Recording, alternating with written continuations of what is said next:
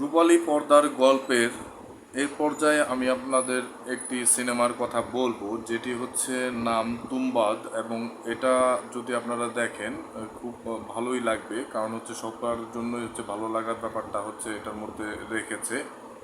কিন্তু এটার মধ্যে যে সমস্ত বিষয় হচ্ছে তুলে ধরা হয়েছে সেটা হচ্ছে আমি আপনাকে বলতে পারি যে এটার মধ্যে লোভ কতটুকু মানুষকে নিচে নামাতে পারে এবং এর মাধ্যমে কি করে মৃত্যু অবধি পর্যন্ত যেতে পারে। আর রাজা যে সময় ছিলেন, রাজারা প্রজাদেরকে নির্যাতন, অত্যাচার, নিপীড়ন করে অর্থবিত্ত প্রাচুর্যের মালিক হয়েছেন, সেটা হচ্ছে এটার মধ্যে হচ্ছে দেখানো হয়েছে। এবং প্রাচীন প্রথা উপরে বিশ্বাস এবং হচ্ছে মৃত্যুর পরের যে জগৎ সেটার উপরে হচ্ছে একটা চিত্র এটার মধ্যে হচ্ছে তুলে ধরা হয়েছে।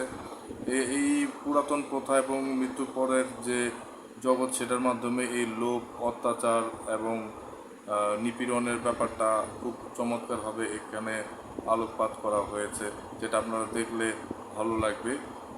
এটা খারাপ লাগার মতো কোনো সিনেমা নয়, তবে বলতে পারি এটা হচ্ছে আপনার একটু ভুতুড়ে কিসিমের অথবা হরর সিনেমা মতো করেই করেছে। মোটামুটি ভালো লাগবে বলতে পারি আপনাদের। ধন্যবাদ যারা শুনছিলেন। দেখা হবে পরবর্তী ভিডিওতে।